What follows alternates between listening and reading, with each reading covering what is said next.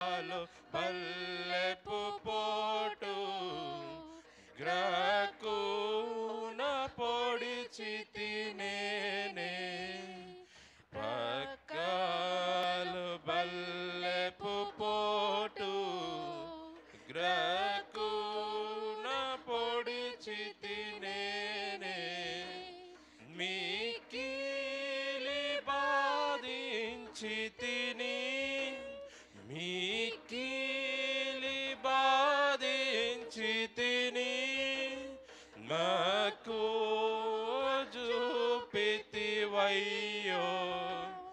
మక్కువ చూపితివయ్యో అపరాధిని యేసయ్యా కృప చూపి బ్రోవుమయ్యా ముల్లాతో కిరీటంబు నల్లిని శిరమును నిడితి ముల్లాతో కిరీటంబు నల్లిని శిరమును నిడితి నా వల్లనే రామాయే నా వల్లనే రామాయే చల్లాని దయగల తండ్రి చల్లాని దయగల తండ్రి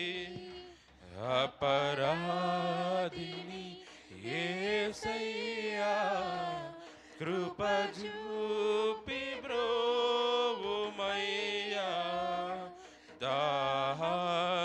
దాహంబుగొనగా చేదు చిరకాను ద్రావనిడితి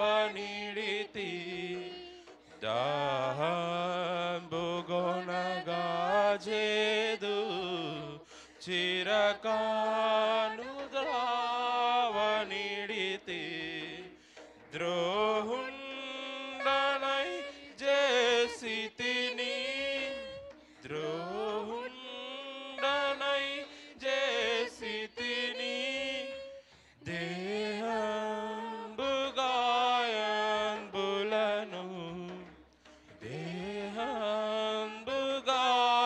దేహంబుగాయంబులను అపరాధిని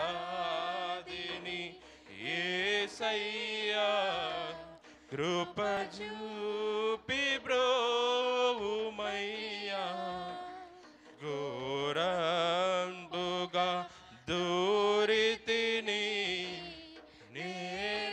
నేరాంబులను చేసితిని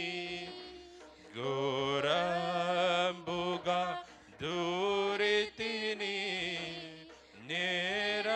నేరాంబులను చేసితిని క్రూరుండనై గొట్టి తిని క్రూరుండనై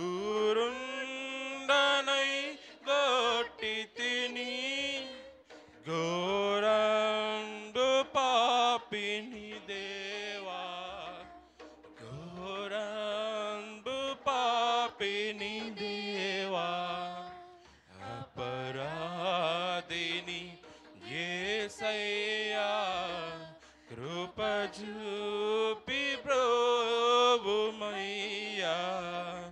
చిందితి రక్తము నాకై పొందిన దెబ్బల చేత చిందితి రక్తము నాకై పొందిన దెబ్బల చేత నిందలు పెట్టి తినయ్యా నిందలు పెట్టి తినయ్యా సందేహమేలనయ్యా సందేహమేలనయ్యా అపరాధిని యేసయ్యా కృప చూపి బ్రోవు రక్షణకు పాత్రుడనయ్యా రక్షణ తెచ్చితివయ్యా శిక్షకు పాత్రుడవయ్యా రక్షణ తెచ్చితివయ్యా రక్షయ భాగ్యమునియా అక్షయ భాగ్యమునియా మోక్షంబు చూపితివయ్యా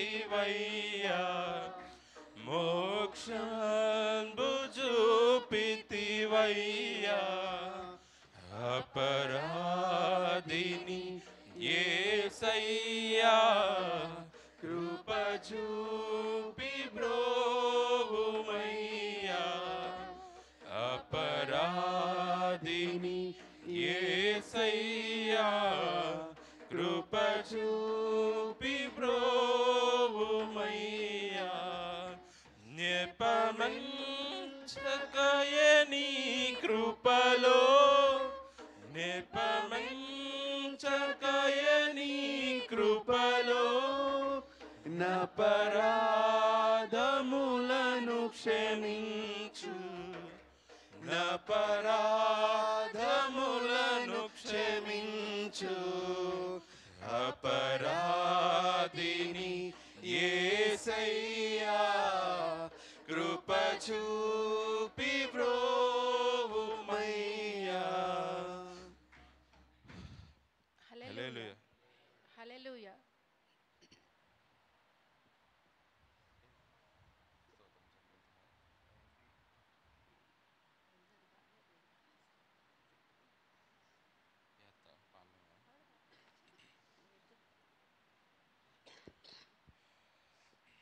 పాటల పుస్తకంలోంచి 92వ పాట స్తోత్రం చెల్లింతుము స్తుతి స్తోత్రం చెల్లింతుము యేసునాథుని మేలును తలచి అని పాట పాడుకుంది. స్తోత్రం చెల్లింతుము స్తుతి స్తోత్రం చెల్లింతుము యేసునాథుని మేలులు తలచి యేసునాథుని మేలులు తలచి స్తోత్రం చెల్లింతుము స్తుతి స్తోత్రం చెల్లింతుము దీవారాత్రములు కంటి పాపవలే కాచి దీవారాత్రములు కంటి పాపవలే కాచి దయగల హస్తముతో బ్రోచి నడిపించితివి దయగల హస్తముతో బ్రోచి నడిపించితివి స్తోత్రం చెల్లింతుము స్తుతి స్తోత్రం చెల్లింతుము గాఢంధకారములో కన్నీటిలో ఎలలో గాఢంధకారములో కన్నీటిలో ఎలలో కృషించిపోనీయక కృపలతో బలపరచితివి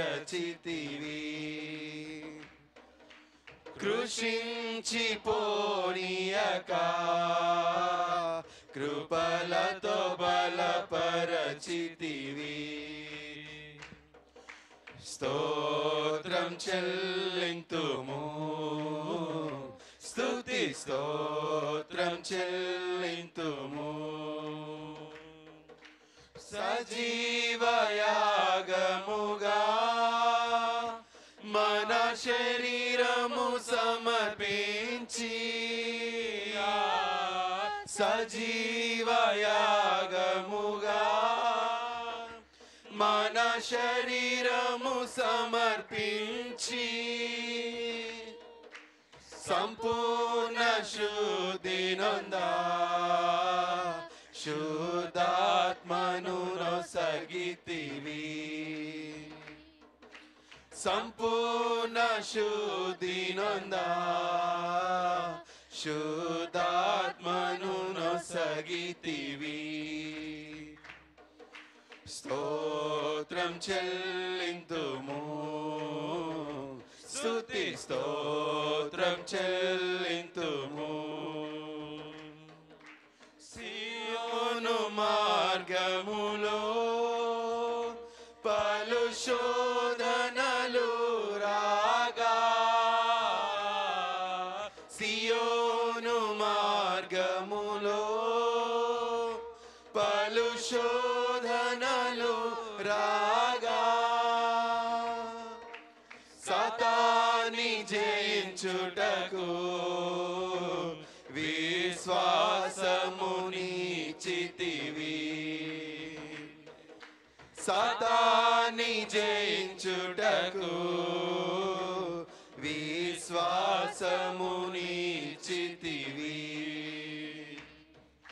స్తోత్రం చెల్లింతుము స్తుతి స్తోత్రం చెల్లింతుము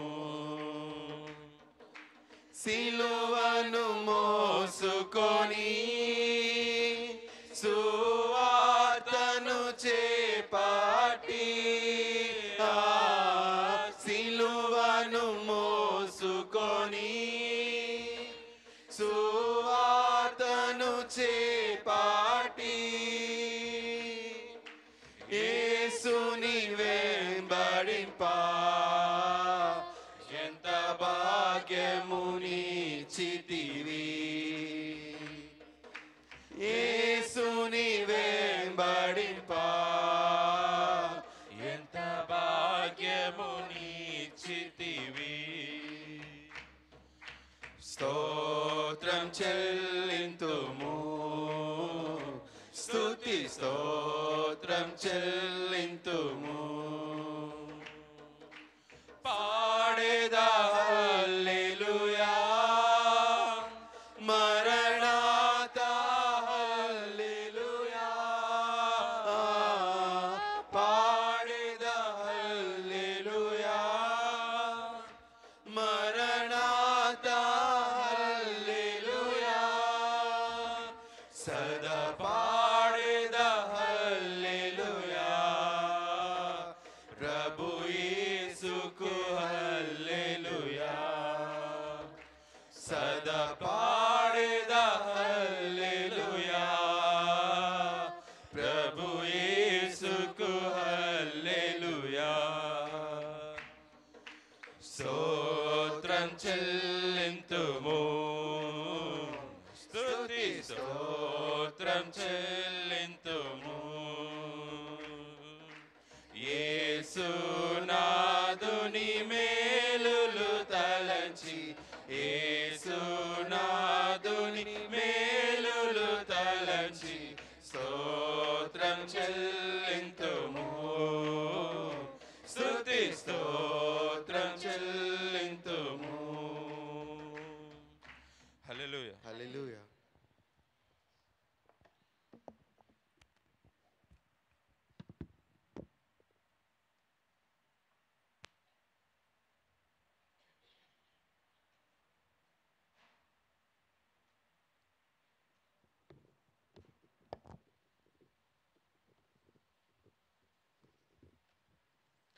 ప్రైజ్ ది లార్డ్ హల్లెలూయా చెప్దాం హల్లెలూయా మంచిది వాక్య ధ్యానం చేద్దాం వాక్య పఠనం కొరకు 2వ సమూయేలు గ్రంథము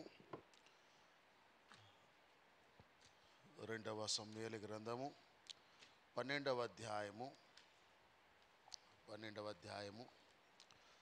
6వ వచనాన్ని చదువుకుందాం page number 261 page number 261 2 Samuel chapter 12 verse 6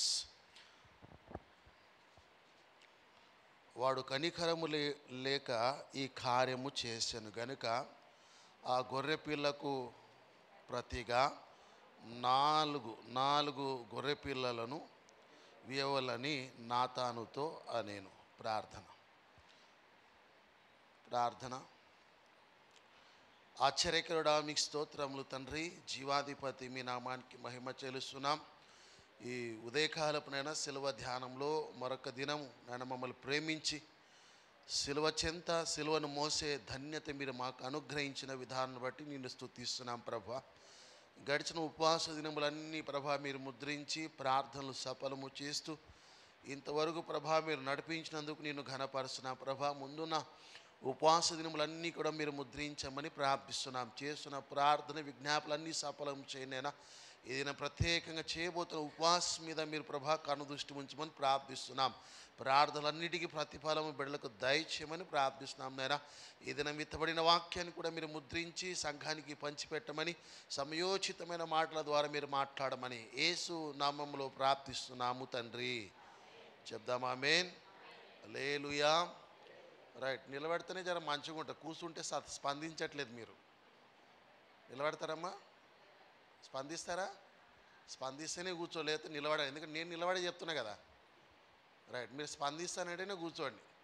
right. అంశం ఏంటి చెప్పండి? 4 కదా, చదివినా కదా. 4 అనే సంఖ్య వచ్చింది కదా. రైట్. దాని మీద మనం కొద్ది నిమిషాలు ధ్యానం చేయబోతున్నాం. 2వ సమూయేలు గ్రంథం 12వ అధ్యాయం 6వ వచనంలో, 2వ సమూయేలు గ్రంథము 12వ అధ్యాయం 6వ వచనంలో, వాడు కనికరము లేక ఈ కార్యములు చేసిన కనుక ఆ గొర్రె పిల్లకు ప్రతిగా 4 గొర్రె పిల్లల ఇవ్వాలని నాతానుతో చెప్పాను. ఒక సండే రోజు ఎంతమంది వచ్చారు? మన ఆదివారం ఎంతమంది వచ్చారు? ఇట్లా చేతులు పైకెత్తండి. రైట్. ఆదివారం మనం కొంచెం దీన్ని ఇట్లా తాకుతూ వెళ్ళిపోయాం, దాటి వెళ్ళిపోయాం. ఆ విషయం మీకు చెప్తా, ఒక్కసారి జ్ఞాపకం చేస్తా. ఒక్కసారి వినండి.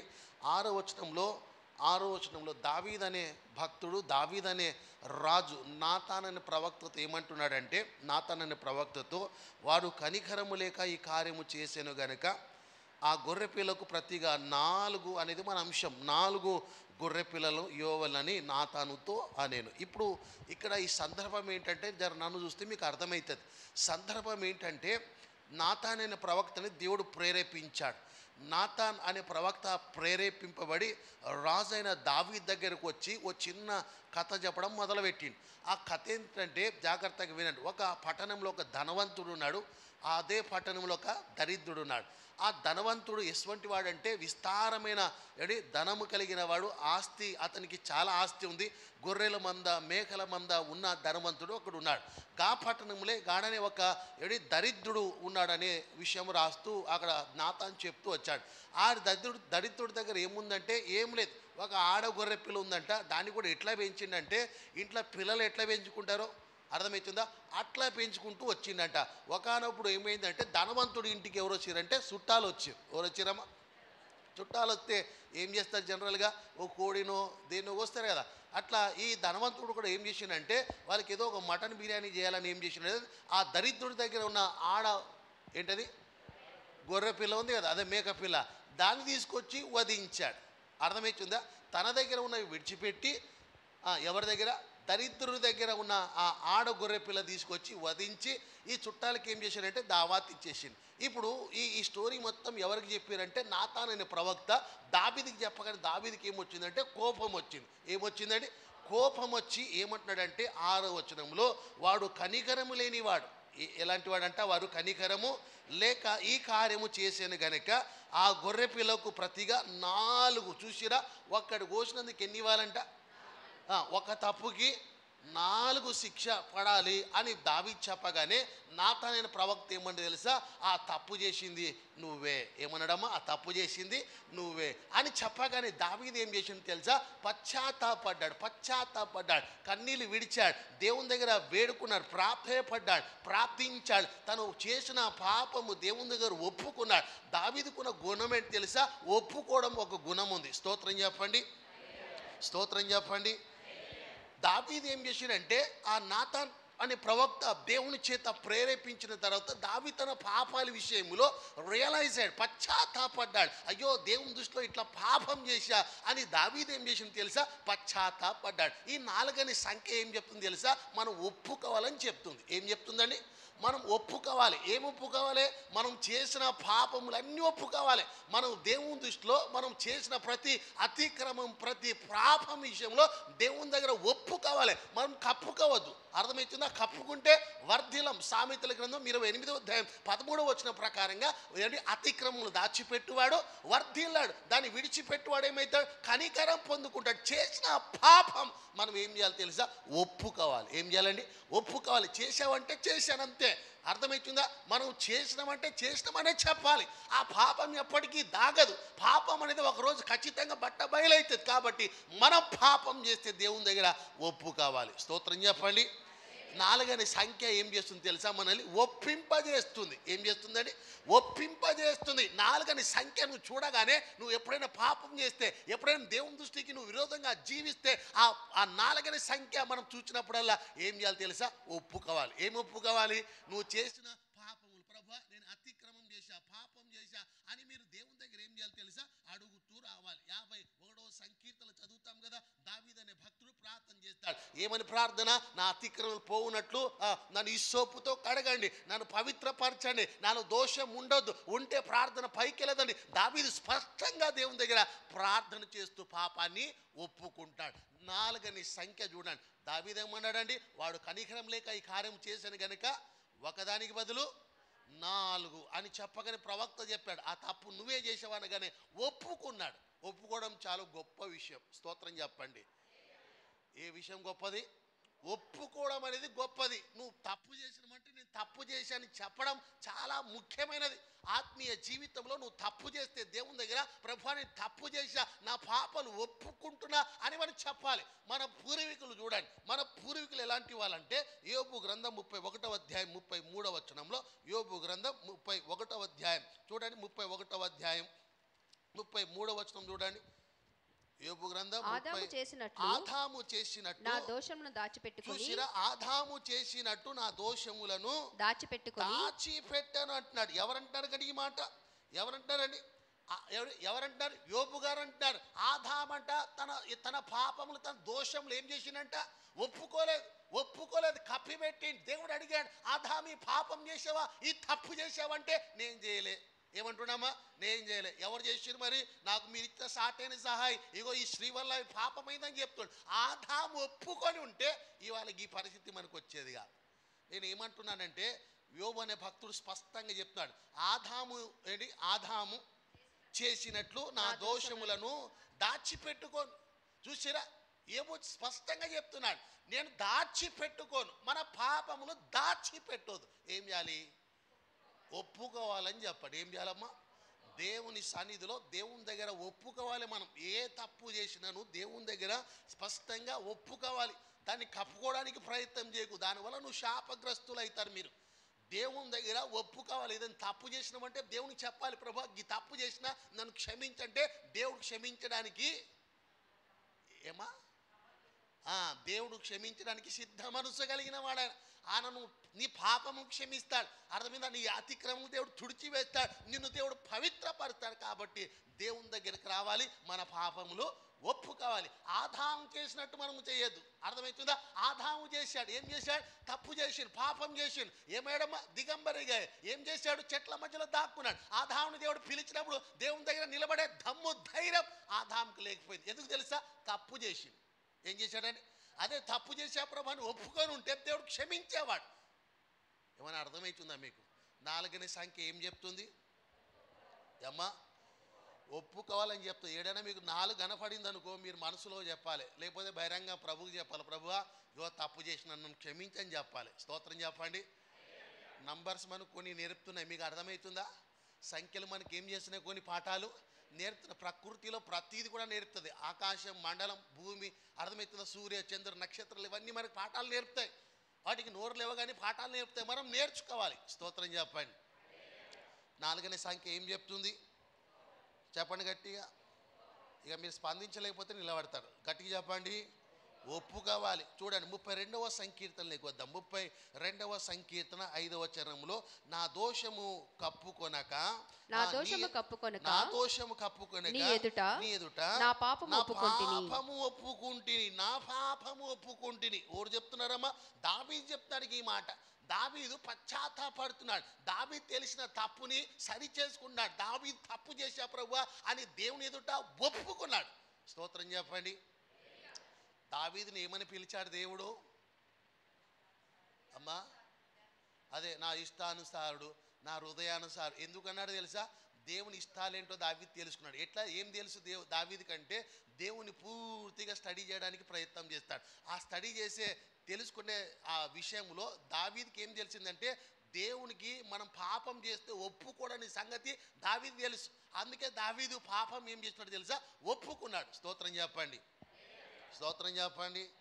స్తోత్రం చెప్పండి. మీకు అర్థమవుతుందా వాక్యం? ఏమన్నాడమ్మా దావీదు? ఒకదానికి బదులుగా ఏంటి? 4 అనే సంఖ్య మనల్ని ఒప్పింపజేస్తుంది. స్తోత్రం చెప్పండి. స్తోత్రం చెప్పండి. అర్థమైంది ఇక్కడి వరకు వాక్యం? రేపు 5కి వెళ్ళిపోదాం అమ్మా. రేపు 5కి వెళ్దాం. ఇవాళ 4 చెప్పండి. 4 ఒకసారి పక్కన వాళ్ళు చెప్పండి. 4 అనే సంఖ్య ఏం చెప్తుందని. ఏమో చెప్పిర్రు? ఏం చెప్పిరమ్మా? పాపాలు ఒప్పుకోవాలని చెప్పిరా? మంచిది. ఆదికాండం 1వ అధ్యాయంలోకి వద్దాం. ఇప్పుడు వాక్యంలోకి వెళ్దాం. ఆదికాండం 1వ అధ్యాయం తెలుసు కదా? 1వ అధ్యాయం రైట్. ఆదికాండం 1వ అధ్యాయంలో చూడండి. 1వ అధ్యాయము 16వ వచనం చదవండి. 16వ వచనం. దేవుడు ఆ 2 గొప్ప జ్యోతులను అనగా పగటిని ఏలుటకు పెద్ద జ్యోతిని రాత్రి ఏలుటకు చిన్న జ్యోతిని నక్షత్రములను చేసెను. భూమి మీద వెలుగునిచ్చుటకు పగటిని రాత్రిని ఏలుటకును వెలుగును చీకటిని వేరుపరచుటకు దేవుడు ఆకాశ విశాలమందు వాటి నుంచెను. అది మంచిదని దేవుడు చూచెను. అస్తమయమును ఉదయమును కలుగగా 4వ దినమాయెను. 4వ రోజు ఏం చేశాడు చెప్పండి? ఇప్పుడు నన్ను చూసి చెప్పండి. 4వ రోజు దేవుడు ఏం చేసిండు? నన్ను చూసి చెప్పాలి. జర మంది ప్రిపేర్ అవుతారు. మరి చెప్పినా కదా, మీరు ప్రిపేర్ అవ్వకండి దయచేసి. దండం పెడతా, నన్ను చూడండి.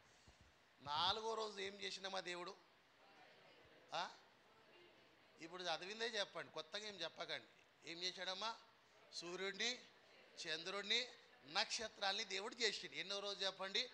4వ రోజు. ఇప్పుడు ఇళ్ళకెళ్ళి నేను కొన్ని నిమిషాలు, మనకు టైం బరాబర్ ముగిస్తా, ఇళ్ళకెళ్ళి ఒక 2 పాయింట్లు చెప్పడానికి ప్రయత్నం చేస్తా. 4 అనేది మైండ్లో ఉంది కదా. 4వ రోజు దేవుడు ఏం చేశాడంటే సృష్టిలో సూర్యుడిని, చంద్రుడిని, నక్షత్రాలు దేవుడు చేశాడు. అది మనం చెప్పాలి, మీరు చెప్పాలి. మీరు తెలుసుకున్నది మీ పిల్లలు చెప్పండి. దేవుని సృష్టి ఇట్లా ఉంది, 1వ రోజు ఇది చేసి, 2వ రోజు ఇది చేసి, 3వ రోజు అని మీరు పిల్లలు చెప్పాలి. పిల్లలకి ఎవరు చెప్తారమ్మా? మీరే చెప్పాలి. ద్వారా పిల్లలకి ఏమవుతుందంటే బైబిల్ అంటే తెలుస్తుంది. స్తోత్రం. సరే, 4 అనే సంఖ్య. 4వ రోజు దేవుడు ఏం చేసిండంటే సూర్యుడు, చంద్రుడు, నక్షత్రములు దేవుడు చేసినట. ఇప్పుడు సూర్యుడు దగ్గర ఆగుదాం. సూర్యుడు అంటే పోలికలు. సూర్యుడు అంటే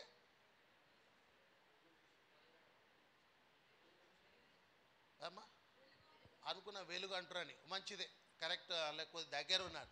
సూర్యుడు దేంతో పోల్చాడు బైబిల్లో? సూర్యుడిని మనం కూడా పోలికలు పోల్చుకుంటాం కదా. ఇంద్రుడు, చంద్రుడు అని పోలుస్తారు కదా. సూర్యుడు అంటే బైబిల్లో సూర్యుడిని దేంతో పోల్చారు? ఎవరితో పోల్చారండి? ఏమైనా పోల్చినట్టు ఉన్నాయా బైబిల్లో? ఉన్నాయా? 84వ సంకీర్తనలోకి వద్దాం. 84వ సంకీర్తన, Psalms 84:11. 84:11. దేవుడైన యెహోవా సూర్యుడును చూసిరా ఎవరితో పోల్చారండి? చెప్పండి. దేవుడితో పోల్చాడని చెప్పండి. దేవుడితో పోల్చాడని చెప్పండి.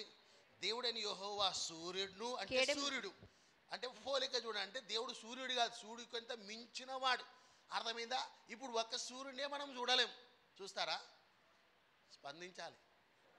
ఒక్క సూర్యుడినే చూడలేం. ఇక దేవుడు 100 సూర్యుడి కంటే ఎక్కువ కాంతి కలిగిన వాడు. మన దేవుడు ఏంటంటే ఇట్లా భక్తులు ఏం చేశారంటే దేవుణ్ణి సూర్యుడితో పోల్చుకున్నారు. మీకు అర్థమవుతుందా? మీరు కూడా కొన్నిసార్లు దేవుణ్ణి పోలుస్తారు కదా, ఇట్లా అట్లా అని మనుషులు పోలుస్తారు కదా. అట్లా కీర్తనకారుడు ఏం చేసిండంటే 84వ కీర్తనలో వారు కోరాహు కుమారులు ఏం చేశారు తెలుసా? దేవుణ్ణి సూర్యునితో పోల్చాడు. ఎవరితోనండి? సూర్యుడితో పోల్చాడు. మన అంశం 4 రోజు దేవుడు ఏం చేశాడంటే సూర్యుడు, చంద్రుడు, నక్షత్రములు దేవుడు చూశాడు. ఇలా ఒక 3 పాయింట్లు చెప్తా. మొదట సూర్యుడు అంటే దేవుని పోలిక. అది ఎవరి పోలిక అంటే భక్తులు దేవునితో పోల్చాడు. అంత కాంతిగా ఉంటాడు దేవుడు, అంత ప్రకాశమానంగా ఉంటాడు, అంత వెలుగుకరంగా ఉంటాడు. ఆ వెలుగులో చీకటి పాపం వెళ్ళిపోద్దని భక్తులు పోలికట్లా పోల్చారు. ఇప్పుడు నేనేమంటున్నాడంటే మన దేవుడు ఎలాంటి వాడంటే సూర్యుడు లాంటి వాడు, అంటే కాంతి కలిగిన వాడు. ఎలాంటి వాడండి? ఒకసారి చెప్పండి. అంటే సూర్యునితో పోల్చాడు, సూర్యుని కాంతితో పోల్చాడు. చూడండి మలాకీ గ్రంథం 4వ అధ్యాయంలోకి వద్దాం. మలాకీ గ్రంథం 4వ అధ్యాయము 2వ వచనం చూడండి. మలాకీ గ్రంథం 4:2 చూడండి. అయితే నా నామమందు భయభక్తులు గలవారు మీకు నీతి సూర్యుడు ఉదయిస్తారు. చూసిరా, ఇప్పుడు మనం ఏమైతాం? ఆ నీతికి సూర్యుని వలె ఉదయిస్తామని చెప్తున్నాడు. అంటే మన మీదికి ఒక వెలుగు వస్తుంది. ఆమెం చెప్పండి, మన మీదికి ఏమొస్తుందమ్మా చెప్పండి? వెలుగు వస్తుంది. అంటే ఆయన ఎందుకు భయభక్తులు కలిగిన వారి మీద నీతి సూర్యుడు ఉదయిస్తాడంట. అర్థమైందా? మనం వాక్యం చదువుతాం కదా, లెమ్ము తేజరిలుము నీపై వెలుగు నీకు వచ్చి ఉన్నది. అంటే దేవుడు మన మీద ఉదయిస్తాడు. ఆమెన్ చెప్పండి. ప్రకటన గ్రంథంలో వీటి గురించి ఎక్కువ ఉంటుంది. దేవుడిని సూర్యునితో పోల్చాడు. దేంతోనండి? సూర్యునితో పోల్చాడు. 4వ దినం దేవుడు ఏం చేశాడంటే సూర్యుడిని, చంద్రుడిని, నక్షత్రాలు చేశాడు. సూర్యుడు అంటే మీకు అర్థమైందా? దేవుని పోలిక. అంటే అట్లా భక్తులు పోల్చారు. ఎందుకంటే దేవుడు అట్లా మన మీద ఆ వెలుగుని ప్రకాశిస్తాడు. అప్పుడు మనం ఏమాలి? వెలగాలి. చెప్పండి, ఏమవ్వాలి? మనం వెలగాలి, ఇతరుని వెలిగించాలి. ఇది చెప్తుంది 4 సంఖ్య. ఏమైనా అర్థమైతే స్తోత్రం చెప్పండి. నేను చెప్తే మీరు చెప్పకండి. 2వ పాయింట్, 4వ దినం ఏం చేసిన దేవుడు? సూర్యుడిని, తర్వాత నెక్స్ట్ చంద్రుడు. అంటే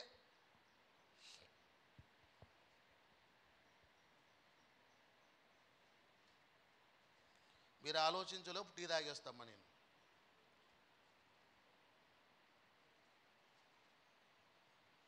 నాలుగో రోజు ఏం చేశాడండి దేవుడు? సూర్యుడిని, చంద్రుడు అంటే దేనికి పోలిక? ఒకసారి గెస్ చేయండి. చంద్రుడు అంటే ఎవరో చెప్తారేమో. ప్రశాంతత. చంద్రుడు అంటే ప్రశాంతత, వెన్నెల. ఇలా మీరు బయటే చెప్తారు. బైబుల్లోకి రండి, జర లోపలికి రండి. ఎప్పుడైనా వినేటప్పుడు జర మనసు పెడితే ఎవడైనా చెప్పేటప్పుడు సేవకులు అర్థమవుతుంది. చంద్రుడు అంటే మీకు అయ్యో మీరు చాలా ఎన్నుకున్నారు. ఇంకా చంద్రుడు అంటే పరమగీతములు చూడండి 6వ అధ్యాయం 10వ వచనంలో. పరమగీతములు 6వ అధ్యాయం 10వ వచనం చూడండి. ఉందా పరమగీతములు? Song of Solomon chapter 6 verse 10.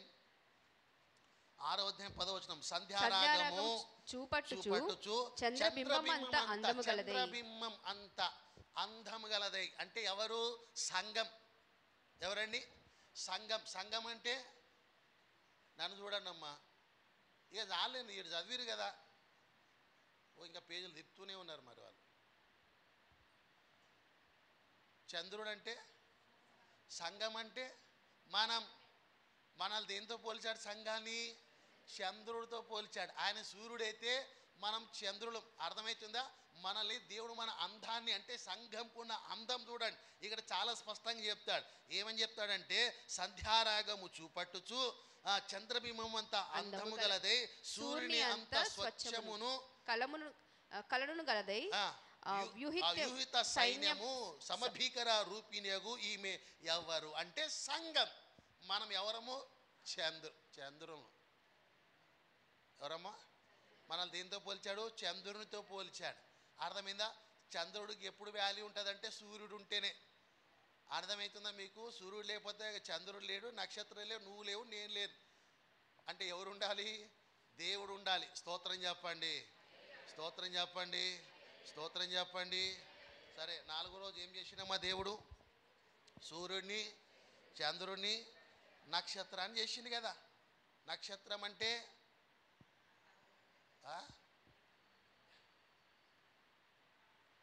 నక్షత్రం అంటే సూర్యుడు అంటే దేవుడు, చంద్రుడు అంటే సంఘం. నక్షత్రం అంటే నేను చెప్పడం మంచిది. నక్షత్రం అంటే మనం. నక్షత్రం అంటే చెప్పండి, మనం అని ఎక్కడ ఉంది? దానియేలు గ్రంథం 12వ అధ్యాయం 3వ వచనం. బుద్ధివంతులైతే ఆకాశ మండలములోని జ్యోతులంటే స్టార్స్, నక్షత్రాలు. మనం ఎవరము? నక్షత్రం. మనం ఎట్లా ఉండాలంట? బుద్ధివంతులు. చెప్పండి, బుద్ధివంతులైతే ఆకాశ మండలంలోని జ్యోతులను పోలిన వారే ప్రకాశించాలి. ప్రకాశించాలంటే నువ్వు వెలగాలి. అర్థమైందా? 4 అనే సంఖ్య ఏం చెప్తుంది?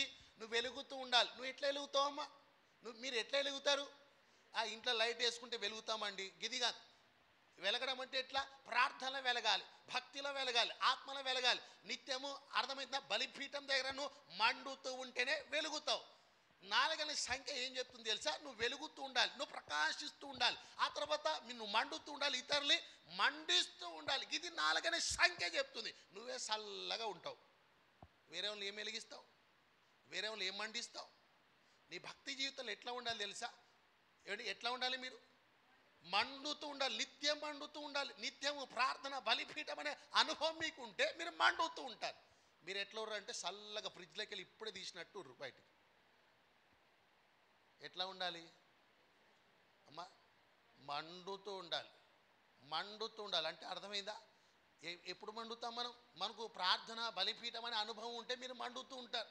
ఆ బలిపీఠం నిత్యం ఏమైతే ఉంటుందో మండుతూనే ఉంటుంది. అట్లా మనల్ని జ్యోతులం అంటే మనం ఇక్కడ రాస్తున్నాడు దానియేలు గ్రంథంలో, బుద్ధిమంతులైతే ఆకాశ మండలంలోని జ్యోతులను పోలిన వారే ప్రకాశించేదరంట. అంటే మనం ఏమవ్వాలి ఇప్పుడు? చెప్పండి, ప్రకాశించడం అంటే మనం వెలుగుతూ ఉండాలి, మండుతూ ఉండాలి. చూడండి, యోహాను సువార్త 5వ అధ్యాయం చూడండి. 5వ అధ్యాయం 35వ వచనము. ఏమండి? 5:35. అతడు ప్రకాశిస్తున్న దీపమయుండెను. మీరతని వెలుగులో ఉండి కొంతకాలం ఆనందించుటకు ఇష్టపడుతురండి. ఇతను ఎవరు? బాప్తిస్మిచ్చి యోహాను. ఎట్లా ఉన్నాడంట? మండుతూ ఉన్నాడు. ఎట్లా ఉన్నాడు? మండుతున్నాడు. ఇతరుని మండిస్తూ ఉన్నాడు. ఇతనికి వెలుగుకరంగా ఉన్నాడు. ఇదండి 4 అనే సంఖ్య చెప్తుంది. ఎట్లా ఉండాలి? నువ్వు మండుతూ ఉండాలని చెప్పండి, వెలుగుతూ ఉండాలని చెప్పండి. మీరు ఎట్లా ఎవరు? ఒకరు లైట్ ఎత్తాను కానీ మీరు కనపడట్లే. అట్లా ఉండరు. ఏమో భక్తి చేస్తున్నామంటే చేస్తున్నాం అన్నట్టే ఉన్నారు. ఒక ప్రత్యేకమైన భక్తి ఏ కోణంలో కూడా ఎవరు కనపడట్లేదు. ఏదో వచ్చామా అలవాటు అయిపోయినట్టే ఉంది. అట్లా ఉండొద్దు. ఎట్లా ఉండాలమ్మా? మండుతుండాలని చెప్పండి. అంటే మీకు అర్థమైంది? మండుతున్నాడంటే మీరు అంత ఆసక్తిగా ఉంటేనే ఇతరులు మీరు ఏం చేయగలరు? మండించగలరు. ఇతరులకు మీరు చెప్పగలరు, ఇతరులు మీరు తేగలరు. ఆత్మ ఒకరు చెప్తే కదా మీరు ఇక్కడికి వచ్చిర్రు. ఇంకొకరు మీరేం చేయాలి? తీసుకురావాలి. అప్పుడు మీ హిసాబ్ కితాబ్ బరాబర్ అవుతుంది. స్తోత్రం చెప్పండి, స్తోత్రం చెప్పండి. మత్తయి సువార్త 5వ అధ్యాయం 16వ వచనం చూడండి. మత్తయి సువార్త 5వ అధ్యాయం 16వ వచనం. 5:16. మత్తయి సువార్త 5:16. మనుషులను మీ సత్క్రియలను చూచి పరలోకమందున మీ తండ్రిని మహింపరచునట్లు వారి ఎదుట మీ వెలుగు ప్రకాశించనీయుడి. అంటే మీరు ప్రకాశించడం అంటే వెలుగుతూ ఉండాలి. మీరు వెలుగుతుంటే ఏమవుతుంది? తండ్రికి మహిమ వస్తుందని చెప్పండి. మహిమ వస్తుందని చెప్పండి. ఎప్పుడు మహిమ వస్తుంది? మీరు మండుతూ ఉండాలి. మీ సత్క్రియలు బట్టి, మీ భక్తిని బట్టి, మీ ప్రార్థన బట్టి అర్థమవుతుందా? దేవునికి మహిమ రావాలి. స్తోత్రం చెప్పండి, స్తోత్రం చెప్పండి, స్తోత్రం చెప్పండి. అంశం ఏంటమ్మా? 4 ఏం చెప్తుంది? పాపాలు ఒప్పింపజేస్తుంది, ఒప్పుకోవడం అని చెప్తుంది. అలా ఉపాధిఘాత ఇంట్రడక్షన్ పాయింట్ లేకొచ్చేసరిగా 4 ఏం చెప్తుంది? మనం మండుతూ ఉండాలి, వెలుగుతూ ఉండాలి, మండుతూ ఉండాలి అని చెప్తుంది. స్తోత్రం చెప్పండి. ఇక మీరు పెద్దగా స్పందించట్లేదు కాబట్టి ఒక పాయింట్ చెప్తా, ఒకే ఒక పాయింట్ చెప్తా. రేపు ఖచ్చితంగా స్పందిస్తే ఎక్కువసేపు చెప్తా. వాక్య ధ్యానంలో 2వ పాయింట్కి వెళ్దాం. న్యాయాధిపతుల గ్రంథం చూడండి. న్యాయాధిపతుల గ్రంథం 11వ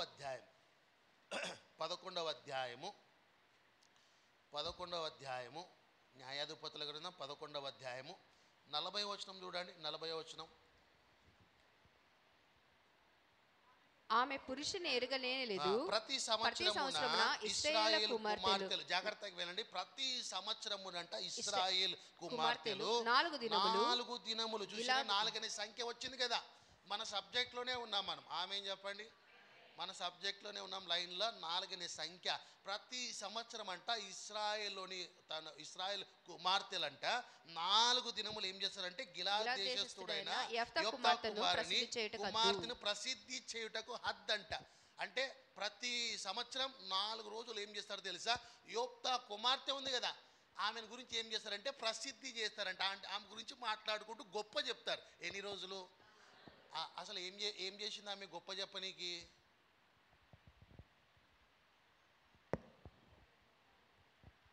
సరే, మిమ్మల్ని అడుగుడు కూడా టైం వేస్ట్, కానీ నేను చెప్తా వినండి. యోప్తా ఉన్నాడండి న్యాయాధిపతి. ఎవరండి? యోప్తా అనే న్యాయాధిపతి ఉన్నాడు బైబిల్లో. ఆ న్యాయాధిపతిని ఏం చేశారంటే, ఆ ఊర్లో వాళ్ళు ఏం చేశారంటే, నువ్వు తక్కువవాడు అర్థమైందా, వేరే కులస్తులు మీరు చేసుకోరని వాళ్ళు వెలివేస్తే వెళ్ళిపోయాడు. అప్పుడు అనుకోకుండా అలా వెళ్ళిపోయిందో లేదో శత్రు సైన్యం ఇశ్రాయేల్ మీదకి వచ్చింది. అప్పుడు అర్థమవుతుందా, ఏం లేని గతి అన్నాడు చూసారా.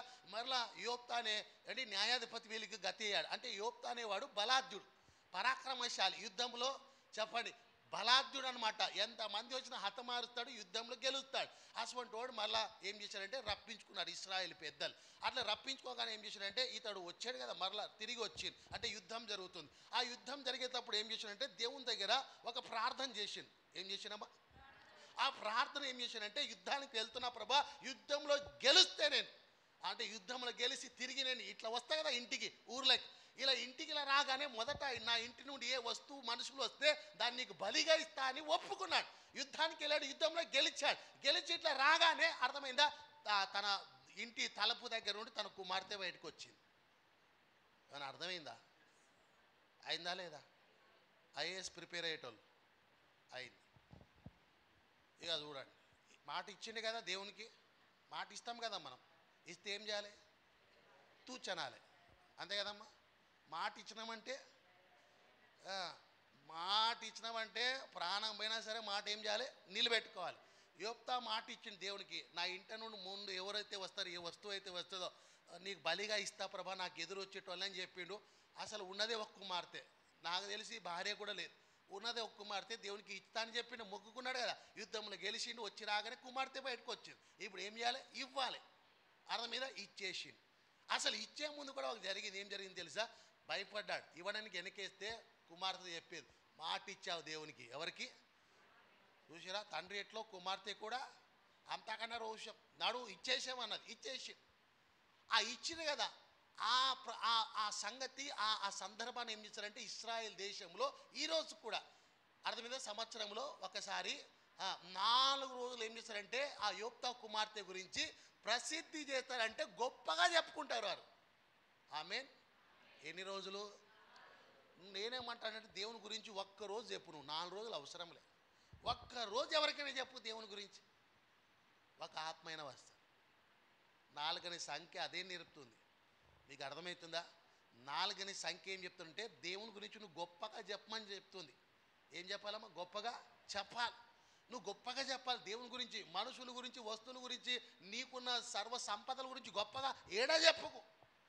దేవుని గురించే గొప్ప చెప్పు. నీ జీవితంలో దేవుడు మేలు చేస్తాడు. ప్రార్థన చేద్దాం, మోకరించండి. చిన్న ప్రార్థన, విత్తబడిన వాక్యం పరిశుద్ధాత్మ దేవుడు మన వినికిలో దీవించులాగా 2 చేతుల పైకి ప్రభు కృతజ్ఞతాస్తుతులు చెల్లిద్దాం. హల్లెలూయా, హల్లెలూయా, హల్లెలూయా, హల్లెలూయా, హల్లెలూయా, హల్లెలూయా, హల్లెలూయా, హల్లెలూయా, హల్లెలూయా, హల్లెలూయా, హల్లెలూయా.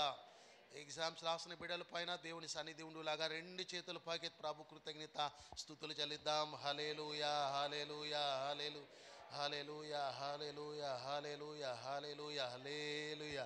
దయగల స్వామి మీకు స్తోత్రములు ప్రభా. జీవాధిపతి మీ నామానికి మహిమ చెల్లిస్తున్నాం. తిరిగి ఈ శుభవేళ ప్రభా ఉపవాస ప్రార్థనలు 40 దినాల సిలువ ధ్యానంలో మరొక దినం నీ పాదాల చెంత గడిపే ధన్యత మీరు ఇచ్చినందుకు స్తోత్రాలు ప్రభా. ఈ దినం చేస్తున్న ఉపవాసము నైనా ప్రార్థన విజ్ఞాపనలన్నీ మీరు ప్రభా సఫలం చేయను, ప్రార్థన అంగీకరించనైనా ప్రార్థనలన్నిటికీ ప్రతిఫలం దయచేయమని ప్రార్థిస్తున్నాం. ఉపవాసం మీద మీ కనుదృష్టి ఉండున గాకని ప్రకటిస్తున్నాం. ఏదైనా ప్రభా ఉపవాసం ఉంటే బిడ్డలు మీరు బలపరచండి, నిరసలిపోకుండా ఆత్మతో నింపండి, శక్తి బలముతో నింపమని ప్రార్థిస్తున్నాం. ఈ దినం కార్యక్రమాలన్నింటిలో మీరు ఉండి సహాయం చేయండి. బిడ్డలు ప్రభా మరొకసారి బలపరిచి ఈ దినం ఉపవాసంలో మీరు ఉండి ముద్రించి గొప్ప సహాయం చేయమని, రేపటి కొరకు సంఘాన్ని సిద్ధపరచమని యేసు నామములో ప్రార్థిస్తున్నాము తండ్రి. యేసు రక్తమే జయం, శిలువ రక్తమే ప్రవేశం సంపూర్ణ విషయం, అపవాది క్రియలకంత నాశనం కలుగు. ఆమేన్. ప్రైజ్ లార్డ్ అందరికీ.